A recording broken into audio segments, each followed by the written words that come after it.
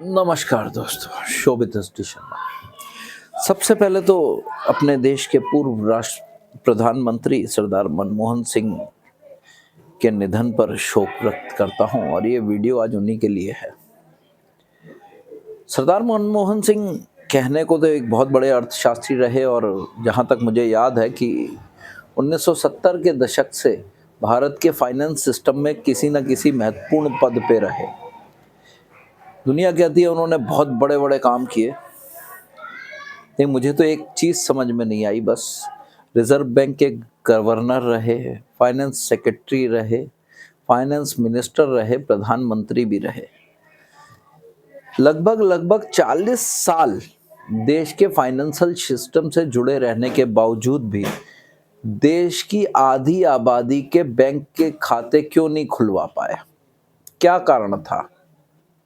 उन्होंने क्यों नहीं सोचा कि हर व्यक्ति का बैंक का खाता होना चाहिए जिससे उनको जितनी सरकारी मदद है वो सीधे बैंक में पहुंचे, बीच में से दलाल गायब हो जाए। शायद उन्होंने या तो राजीव गांधी की वो बात नहीं सुनी होगी जिसमें राजीव गांधी कहते थे कि हम दिल्ली से 1 रुपया भेजते हैं तो आपके पास केवल 15 पैसे आते हैं, 85 पैसे बीच में खा लिए जाते हैं। अब वो 85 पैसे या तो वो जानते नहीं थे कौन खा रहा है या फिर वो जानते थे कौन खा रहा है, जिस वजह से उन्होंने बैंक के खाते खुलवाने का कोई ऐसा काम नहीं किया। वो तो 2014 के बाद, अब मैं आज उनका आगे डिटेल नहीं लूँगा, लेकिन मनमोहन सिंह जी एक कर्तव्यनिष्ठ व्यक्ति थे, बड़े एजुकेटेड आदमी थे, बड़ी ज्ञानी व्यक्ति थे, कोई शक नहीं है जी, उनमें ज्ञान बहुत था। लेकिन वो ज्ञान किस काम का जो रीढ़ विहीन हो, जो अपना स्टैंड ना ले सके। आप सोचिए, बोला जाता है कि मनमोहन सिंह ने देश को आर्थिक समस्या से उबारा, देश को आर्थिक समस्या से उबारा। अब कोई ये बताएगा कि उस समस्या में लाया कौन? 40 साल तक खुद फाइनेंशियल सिस्टम में जुड़े रहे, तब वो समस्या दिखाई नहीं दी क्या उन्हें? और जब वो 10 साल शासन करके गए तो उस समय किस हालात में देश को छोड़ा? वर्ल्ड के 5 फ्रजाइल कंट्रीज में हमारे देश का नाम था, ये कोई नहीं बताता। समझ में नहीं आता कि भाई तारीफ किस आधार पे हो, आधार ही नहीं मिल पा रहा उनकी तारीफ का। सरदार मनमोहन सिंह देशभक्त थे जी, बहुत बड़े देशभक्त थे, इतने बड़े देशभक्त थे कि उन्होंने एक आतंकवादी को अपने प्रधानमंत्री निवास पे बुलाया, उससे गले मिले, उसको तोहफा दिया। वो आतंकवादी जो कोल्ड ब्लडेड मर्डर करता है किसका? हमारी सेनाओं के आदमियों का, हमारी सैनिकों का मर्डर करने वाला आदमी हमारे देश के प्रधानमंत्री के घर आ रहा है और उसकी सेवा की जा रही है, उसको पाला पोसा जा रहा है, उससे गले मिल रहे हैं। अब सोचिए, इतने बड़े देशभक्त थे या बेचारे मजबूर थे? समझ में नहीं आ पाया कि ये था क्या। ये अभी तक नहीं समझ में आ पाया कि मनमोहन सिंह जी चाहते क्या थे, कर क्या रहे थे वो। क्या उनके अंदर इतनी हिम्मत नहीं थी कि वो ये व्यक्ति जिसके बारे में पता है कि ऐसा कर रहा है उसको अरेस्ट करवा दें, बल्कि उन्हें मजबूरी में घर के अंदर बुला करके उनको चाय पिलानी पड़ रही है? ऐसा कैसे हो सकता है? कोई इतना कैसे भूल सकता है कि हमारे देश के एक व्यक्ति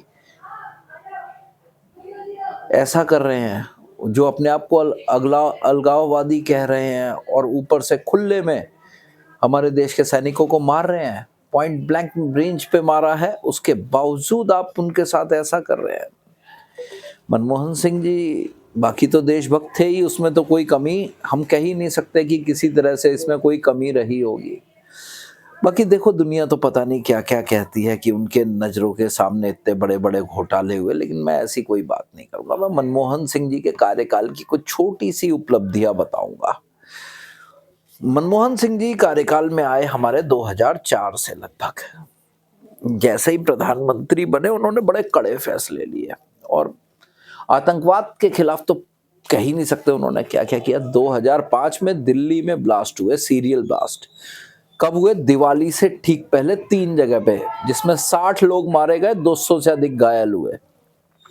2006 में वाराणसी में ब्लास्ट हुआ, वो भी कहाँ? संकट मोचन मंदिर और रेलवे स्टेशन पे।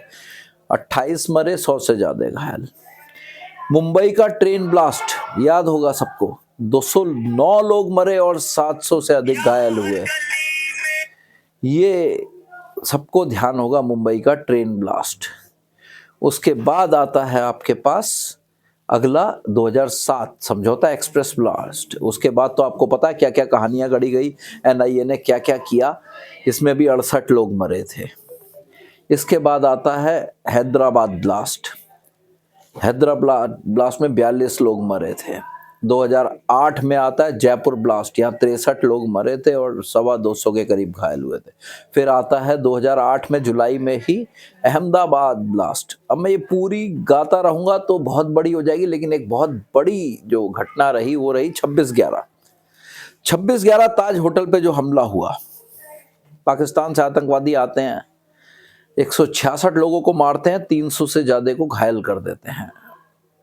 लेकिन मजाल है कि हमारे प्रधानमंत्री जी सेना को कुछ आदेश दे सके। सेना तैयार बैठी थी, वायुसेना पूरी तरह से तैयार बैठी थी। मैं इसके बीच के 2010, 11 और 13 के जो ब्लास्ट हुए हैं ना, मैं उनकी कोई भी बात नहीं करूंगा, क्योंकि उनका इतना बड़ा महत्व नहीं है जितना बड़ा वो 26/11 का समय था। इवन CIA, अमेरिका की एजेंसीज भी कहती हैं कि भारत की सेना अटैक को तैयार थी, वो तो दिल्ली में बैठी हुई सरकार को हमने रोक लिया। मनमोहन सिंह जी इतने मजबूत प्रधानमंत्री थे कि वो बेचारे कोई कदम नहीं उठा पाए। अब सोचिए, ये मैंने इतने सारे आपको एग्जाम्पल दिए मनमोहन सिंह जी, क्या कभी उन्होंने सोचा कि मैं देश का प्रधानमंत्री हूँ, मेरी कुछ नैतिक जिम्मेदारियां भी होती हैं? कभी सोचा? नहीं सोचा। खैर कोई बात नहीं, उससे क्या फर्क पड़ रहा है। नैतिकता कांग्रेस के साथ जाते जाते खत्म हो जाती है, लेकिन वो बड़े ईमानदार आदमी थे और उनकी ईमानदारी पे किसी को शक नहीं करना चाहिए। अब आप एक और ईमानदारी की मिसाल देखिए इनकी। मनमोहन सिंह जी जो थे ना, बेसिकली आपको ध्यान होगा, एक हमारे नोबेल प्राइज विजेता है अमर्त्य सेन, अमेरिका में बैठ करके भारत की नीतियों की आज की आलोचना करते हैं। उनको इन्होंने बुलाया 2007 के अंदर। मनमोहन सिंह जी ने प्रधानमंत्री के पद पे रहते रहते इनको क्या किया, नालंदा विश्वविद्यालय को पुनर्जीवित करने की महायोजना बनाई। इसे महायोजना क्यों बोला गया, उसका कारण समझिए। इसमें अगर आप देखें तो मनमोहन सिंह जी ने अमर्त्य सेन को देश की जनता की टैक्स की इतनी बड़ी कमाई थमा दी जिसको कोई सोच नहीं सकता। लगभग 2730 करोड़ रुपए उस समय वाइस चांसलर बना के उनको दिए। और अगर आप देखेंगे तो उसकी बिल्डिंग दिल्ली के सरकारी स्कूलों जैसी एक बिल्डिंग बना करके खड़ी कर दी, और जिसके लिए खर्च किया कितना? 7 सालों के अंदर 2730 करोड़ रुपए। अब सोचिए वो पैसा कहाँ गया होगा। और उसके बाद अमर्त्य सेन वापस लंदन चले गए, कोई लेना देना नहीं। अब केवल लंदन नहीं गए, इसके बाद अभी असली कहानी शुरू होती है। अमर्त्य सेन जब चले गए तो वहां पर क्या क्या हुआ ये तो पता नहीं, लेकिन उसके बाद उन्होंने 4 नियुक्तियां की वहां। एक डॉक्टर उपेंद्र सिंह की, एक अंजना शर्मा की, नवजोत लहरी की और गोपा सब्रवाल। ये चारों लोग कौन थे जानते हैं? अगर जान जाएंगे तो हिल जाएंगे। डॉक्टर उपेंद्र सिंह जिनकी नियुक्ति की गई, मनमोहन सिंह जी की सबसे बड़ी पुत्री थी ये, जिनकी नियुक्ति करके गए थे। बाकी 3 उनके करीबी दोस्त और सहयोगी थे। चारों नियुक्तियों के बाद अमर्त्य सेन जो है ना, 2 नियुक्ति गेस्ट फैकल्टी की करके जाते हैं। वो गेस्ट फैकल्टी कौन थे जानते हैं आप? दमन सिंह और अमृत सिंह। अब ये कौन है भाई? पहला डॉक्टर साहब की बीच वाली पुत्री और दूसरा यानी अमृत सिंह, ये उनकी छोटी पुत्री। यानी मनमोहन सिंह जी के पूरे घर को काम धंधे पे लगा के गए अमर्त्य सेन।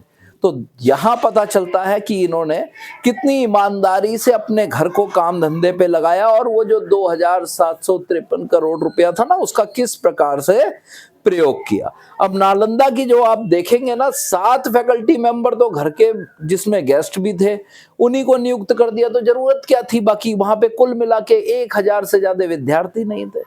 अब नालंदा में सॉरी 1000 नहीं, 100 छात्र थे, केवल 100 छात्र। और इसमें भी खास बात कोई एक और थी, वो क्या था ना, तो वहां पे कोई वैज्ञानिक अनुसंधान हो रहा था, ना कोई साइंस की पढ़ाई हो रही थी। तो वो इतना सारा पैसा कहाँ गया, कौन खा गया।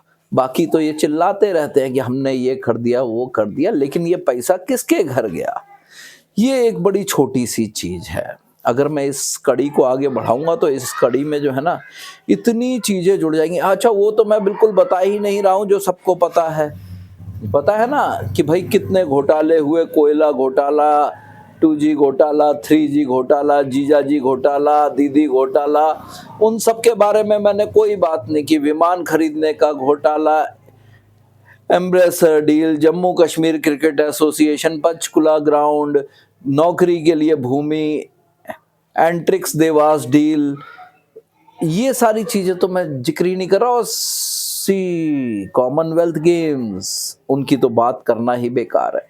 ये तो छोटी छोटी चीजें हैं। तो मनमोहन सिंह जी लेकिन बड़े ईमानदार आदमी थे, उसके बारे में तो मैं कुछ कह नहीं सकता, क्योंकि वो बेचारे तो कुछ बोलते नहीं थे, पढ़े लिखे व्यक्ति थे। ये बात और है, इटालियन राजमाता ने उन्हें एक रोबोट की तरह प्रयोग किया। उनकी बेचारों की मजबूरी थी कि उनके सिर के ऊपर एक सुपर पीएम बैठा हुआ था और वो बेचारे कुछ नहीं कर सकते थे। उनके जो मीडिया सलाहकार थे संजय बारू, उन्होंने एक पुस्तक लिखी, एक्सीडेंटल प्राइम मिनिस्टर। उसमें बताया कि कैसे अपने आप को मजबूर लाचार समझते थे। अब कुछ लोग तो कहते हैं भाई मनमोहन सिंह जी कभी ऐसे हो ही नहीं सकते, बड़े मजबूत व्यक्ति थे, कभी उन्होंने अपने आप को लाचार नहीं समझा। कई सारी फोटो वीडियो दिखाई देती हैं, राहुल गांधी जी आते हैं, उनका ऑर्डिनेंस फाड़ देते हैं। वो बेचारे बड़े व्यथित थे, इस्तीफा देना चाह रहे थे, लेकिन बेचारी कलम ही नहीं चल पाई। इतना पढ़ा लिखा व्यक्ति कलम कैसे चला दे, इस्तीफा कैसे दे दे। क्यों? क्योंकि वो एक मुखौटा बने हुए थे। किस चीज का मुखौटा? कांग्रेस के लिए ईमानदारी का मुखौटा।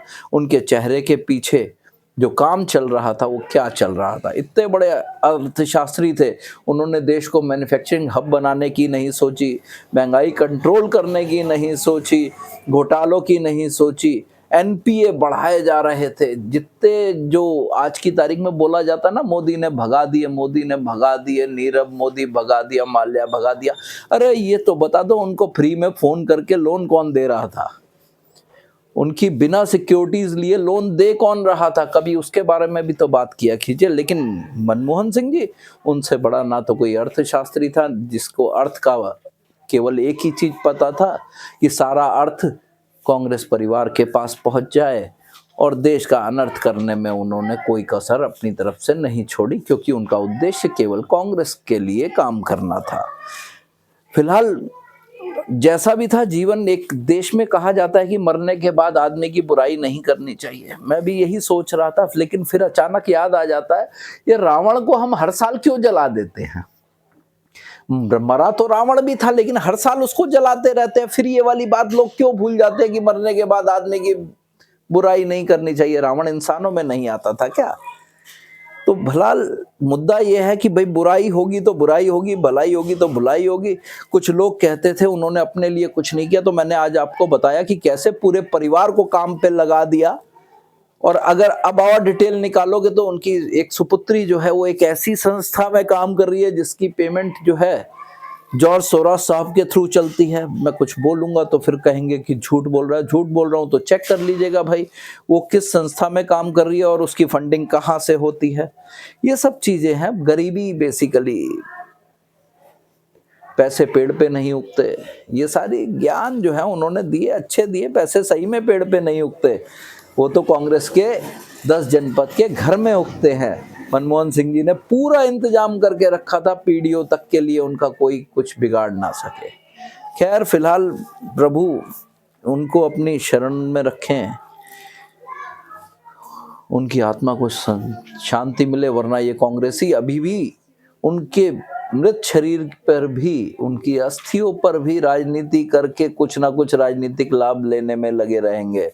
बेचारे जिंदगी भर तो इनको भरते रहे, अब ये चाहते हैं इनके मरने के बाद भी उनकी लाश पर, उनकी अस्थियों पर, उनके नाम पर कांग्रेस आज भी राजनीति करे और कुछ ना कुछ कमाए। प्रभु ओम शांति।